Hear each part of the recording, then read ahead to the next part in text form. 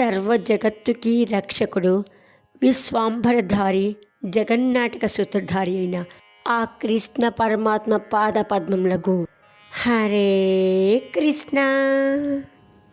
ఈరోజు మనం నేర్చుకోబోయే శ్లోకము శ్రీమద్ భగవద్గీతలోని మొదటి అధ్యాయము అర్జున విషాద యోగంలోని 32వ శ్లోకము.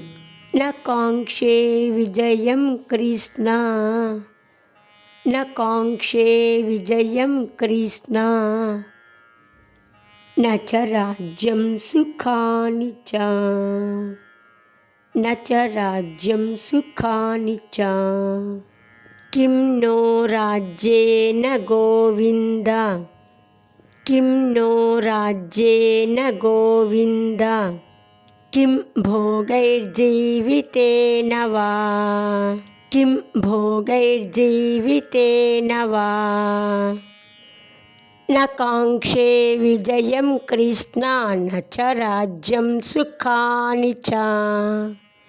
కిం నో రాజ్యేన గోవింద, కిం భోగైర్జీవితేన వా.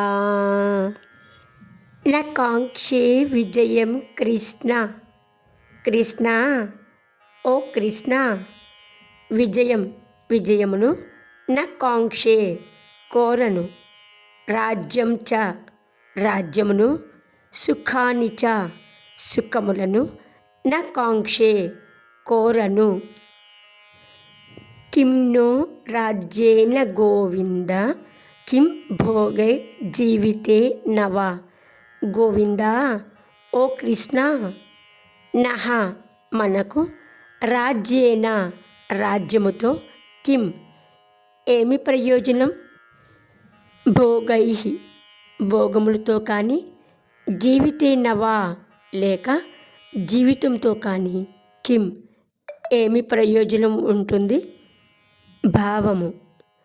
అర్జునుడు ఆ శ్రీకృష్ణ పరమాత్మతో, కృష్ణ నాకు ఇప్పుడు విజయం కావాలనే కోరిక లేదు, రాజ్యం కూడా అవసరం లేదు, ఏ భోగాలు ఏ సుఖాలు కూడా నన్ను ఆకట్టుకోవు.